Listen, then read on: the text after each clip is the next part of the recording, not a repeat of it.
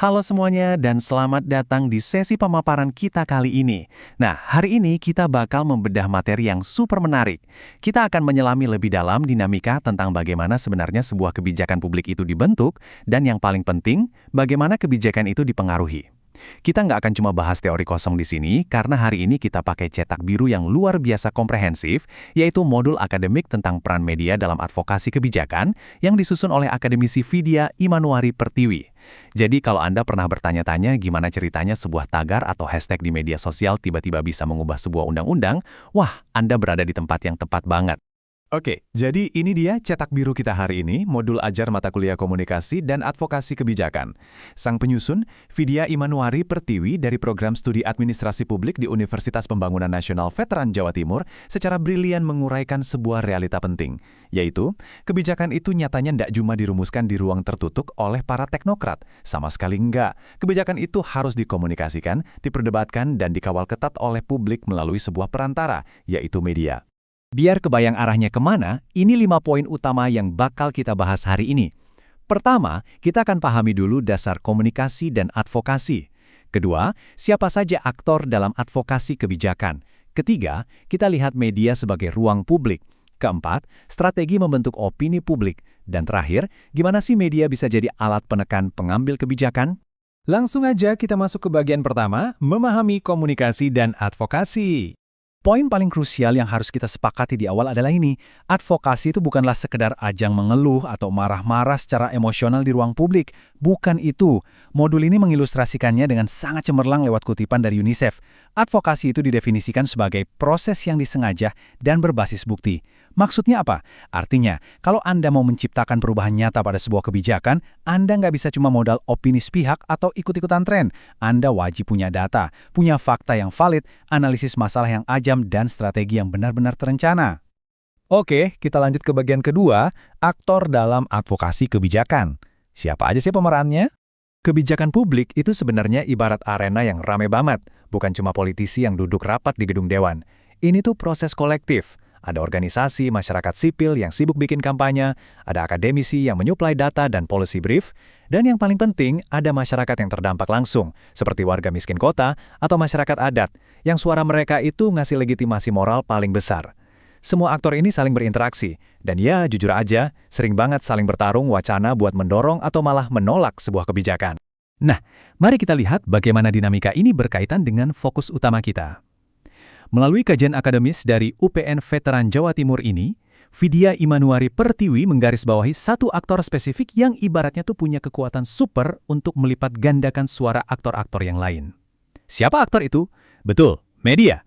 Media nggak cuma sekedar nyalurin pesan aja, tapi punya fungsi yang jauh lebih strategis untuk mempertemukan semua aktor yang tadi kita sebutkan. Masuk ke bagian ketiga, ruang publik bernama media. Disinilah medan pertempuran isu yang sebenarnya terjadi. Dan asal tahu aja, ini bukan sekedar teori akademis di atas kertas loh. Peran media sebagai instrumen kontrol sosial itu punya landasan hukum yang luar biasa kuat di Indonesia. Modul ini mengutip Undang-Undang Nomor 40 Tahun 1999 tentang pers, yang secara sangat eksplisit menyebut pers sebagai lembaga sosial. Apa maknanya? Ini berarti media itu bukan cuma alat bisnis atau perusahaan nyari untung semata, tapi mereka punya tanggung jawab besar buat membela kepentingan publik, mengawasi kekuasaan, dan yang nggak kalah penting, ngasih ruang buat masyarakat untuk mendiskusikan persoalan-persoalan bangsa secara rasional. Sekarang, kita masuk ke bagian keempat, strategi membentuk opini publik. Mari kita intip gimana cara sebuah isu dibingkai. Kalau ngomongin media, kita harus paham dua konsep monumental ini. Pertama, agenda setting. Modul ini merujuk para pemikiran ahli, McCombs dan Shaw, yang intinya bilang gini, media itu mungkin nggak bisa mendikte apa yang harus kita pikirkan, tapi mereka sukses besar dalam menentukan isu apa yang perlu kita pikirkan hari ini. Kedua, framing atau pembingkaian.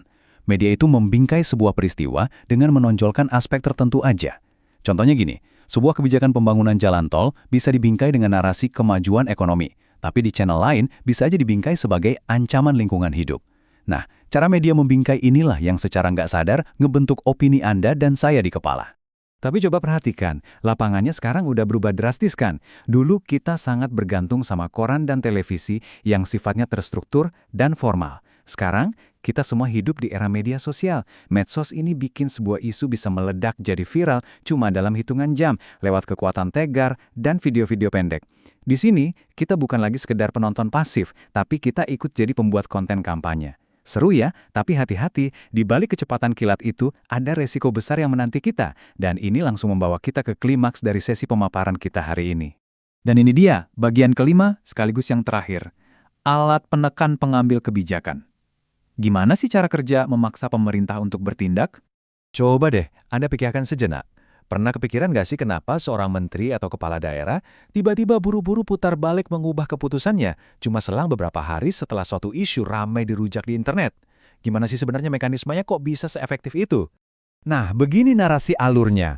Bayangin aja ada masalah pencemaran limbah sungai parah di sebuah desa yang udah bertahun-tahun diabaikan.